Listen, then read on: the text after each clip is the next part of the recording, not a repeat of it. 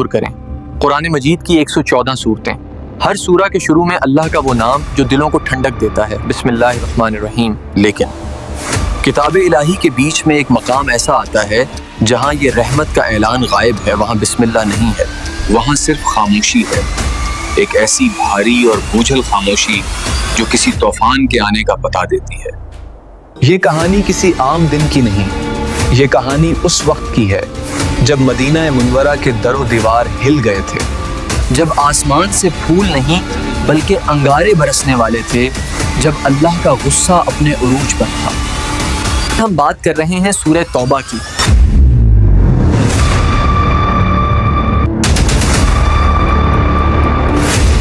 وہ سورہ جسے صحابہ الفاضحہ کہتے تھے، یعنی رسوا کر دینے والی، ننگا کر دینے والی، کیونکہ جب یہ اتری تو اس نے لوگوں کے دلوں کو چیر کر رکھ دیا تھا، اس نے چھپا ہوا کفر اور نفاق باہر نکال پھینکا تھا۔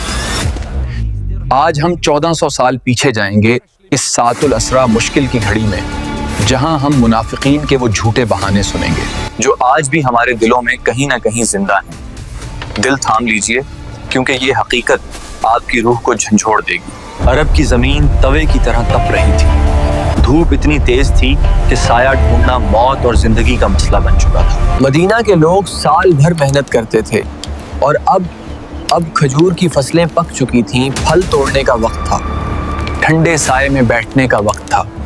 لیکن ٹھیک اسی وقت ایک خوفناک خبر مدینہ پہنچتی ہے۔ روم کا شہنشاہ اپنے لشکر کے ساتھ ہم پر حملہ کرنے آ رہا ہے۔ روم کا شہنشاہ ہرقلس، جو اس وقت کی سب سے بڑی سپر پاور تھا، اس نے مسلمانوں کو صفحہ ہستی سے مٹانے کے لیے 40,000 کا ایک عظیم لشکر جمع کر لیا ہے۔ یہ خبر کوئی معمولی خبر نہیں تھی، مقابلہ کسی قبیلے سے نہیں، دنیا کی سب سے طاقتور فوج سے تھا۔ اور ادھر مدینہ میں حالات کیا تھے؟ بھوک، پیاس اور تنگی۔ رسول اللہ صلی اللہ علیہ وسلم مسجد نبوی سے باہر تشریف لائے۔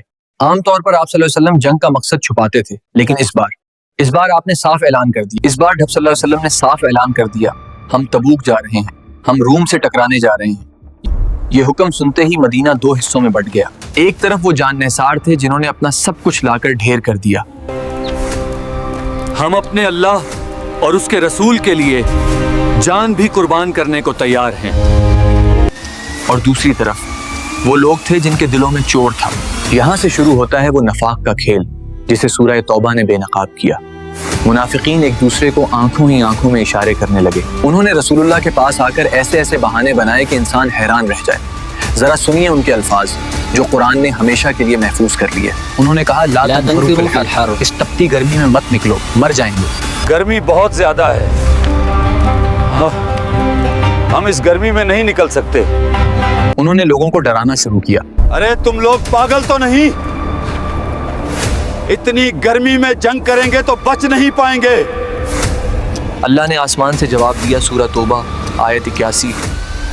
قل نار جہنم اشد حرا، نبی کہہ دیجئے کہ جہنم کی آگ اس سے کہیں زیادہ گرم ہے۔ کاش یہ سمجھتے۔ ایک منافق جد بن قیس نبی صلی اللہ علیہ وسلم کے پاس آیا اور بڑی بے شرمی سے بولا، یا رسول اللہ، میرا ایمان کمزور ہے، سنا ہے روم کی عورتیں بہت خوبصورت ہیں، مجھے ڈر ہے کہ میں انہیں دیکھ کر صبر نہیں کر پاؤں گا۔ سوچئے، جنگ سر پر ہے اور اسے عورتوں کی فکر ہے۔ اللہ نے اس کی اس بکواس کا جواب دیا، سورہ توبہ آیت 49۔ سن لو، یہ تو پہلے ہی فتنے میں گر چکے ہیں اور جہنم نے کافروں کو گھیر رکھا ہے۔ کچھ نے کہا، ہم نہیں جا سکتے، ہمارے گر کھلے ہیں، چور آ جائیں گے۔ اللہ نے فرمایا، وہ صرف بھاگنا چاہتے ہیں۔ وہ مسجد کے کونوں میں بیٹھ کر مومنین کا مذاق اڑاتے تھے۔ جب کوئی غریب صحابی تھوڑی سی کھجوریں لے کر آتا تو کہتے ہیں، اللہ کو ان کھجوروں کی کیا ضرورت ہے؟ جب کوئی زیادہ مال لاتا تو کہتے، یہ لوگ کوئی صدقہ نہیں کرتے، یہ صرف دکھاوا ہے۔ وہ سمجھ رہے تھے کہ وہ چھپ جائیں گے، وہ سمجھ رہے تھے کہ ان کی باتیں ان کے دلوں تک رہیں گی، لیکن انہیں نہیں پتا تھا کہ جبرائیل علیہ السلام سورہ توبہ لے کر اترنے والے ہیں۔ اور پھر وہ سورہ نازل ہوئی۔ حضرت عبداللہ بن عباس رضی اللہ عنہ نے ایک بار حضرت علی رضی اللہ عنہ سے پوچھا، ہم سورہ توبہ سے پہلے بسم اللہ کیوں نہیں پڑھتے؟ حضرت علی نے جو جواب دیا وہ رونگٹے کھڑے کر دیتا ہے۔ آپ نے فرمایا بسم اللہ، امان ہے، رحمت ہے، اور سورہ توبہ تلوار کے ساتھ نازل ہوئی ہے، اس میں منافقین کے لیے کوئی امان نہیں ہے۔ یہ سورہ ایک آپریشن کی طرح تھی، اس نے منافقین کے دلوں کو اسکرب کیا۔ امام قتادہ کہتے ہیں اس سورہ کا نام المباصرہ ہے، خریدنے والی۔ یہ سورہ ایک کے بعد ایک نشانی بتاتی گئی، ان میں سے وہ ہیں جو یہ کہتے ہیں، ان میں سے وہ ہیں جو صدقات پر طعنہ دیتے ہیں۔ صحابہ کہتے ہیں کہ ہم ڈرنے لگے کہ کہیں اس سورہ میں ہمارا نام لے کر یہ نہ کہہ دیا جائے کہ فلان بن فلان منافق ہے۔ مدینہ میں خوف کا یہ عالم تھا کہ منافقین اپنے گھروں میں دبک گئے کہ کہیں آج کوئی آیت ہمارے نام پر نہ اتر آئے۔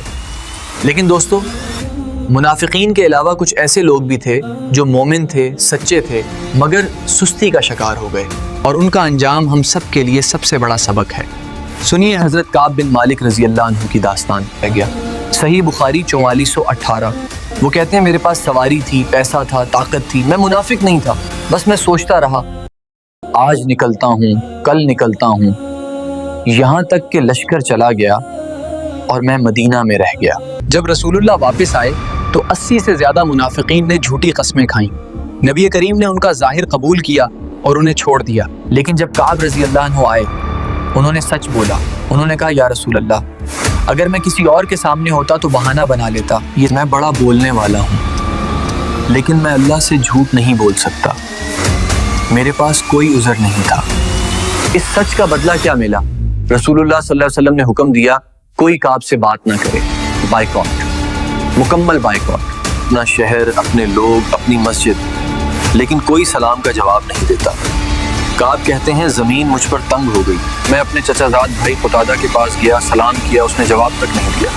40 دن گزرے، پھر حکم آیا اپنی بیوی سے بھی الگ ہو جاؤ۔ سوچیے اس گھٹن کو، ایک سچا مومن لیکن اللہ کی ناراضگی کا بوجھ اٹھائے ہوئے، وہ روتے تھے، گڑ گڑاتے تھے، منافقین خوش تھے، لیکن کعب کی دنیا اندھیری تھی۔ پھر 50ویں رات آئی، کعب اپنے گھر کی چھت پر بیٹھے تھے، بالکل ٹوٹ چکے تھے۔ تبھی سلا پہاڑ سے ایک آواز گونجی، اے کعب بن مالک، خوشخبری ہو، اللہ نے سورہ توبہ کی آیت 118 نازل فرما دی تھی، ان کی توبہ قبول ہو گئی تھی۔ جب وہ مسجد بھاگے تو رسول اللہ صلی اللہ علیہ وسلم کا چہرہ چاند کے ٹکڑے کی طرح چمک رہا تھا۔ آپ نے فرمایا کعب خوش ہو جاؤ، یہ تمہاری زندگی کا سب سے بہترین دن ہے جب سے تمہاری ماں نے تمہیں جنا ہے، سچ نے انہیں بچا لیا۔ آج ہم اسی سورہ کو پڑھتے ہیں لیکن ہمارے دل نہیں کانپتے۔ سورہ توبہ آج بھی ہم سے وہی سوال کر رہی ہے جو اس نے 1400 سال پہلے کیا تھا۔ جب فجر کی اذان ہوتی ہے اور ہم بستر کی گرمی نہیں چھوڑتے تو کیا ہمارا بہانہ منافقین کے گرمی میں مت نکلو جیسا نہیں ہے؟ یار اتنی سردی ہے، نماز کیسے پڑھوں گا؟ آج نہیں اٹھ سکتا، کل پڑھوں گا انشاءاللہ۔ جب دین کے لیے وقت نکالنے کی بات آتی ہے اور ہم کہتے ہیں ابھی کیریئر بنانا ہے، ابھی ینگ ہوں، تو کیا یہ وہی کل کروں گا والی سستی نہیں جو کعب بن مالک نے کی تھی؟ فرق صرف اتنا ہے، کعب بن مالک رضی اللہ عنہ کو اپنی غلطی کا احساس تھا، وہ روئے اور بخشے گئے۔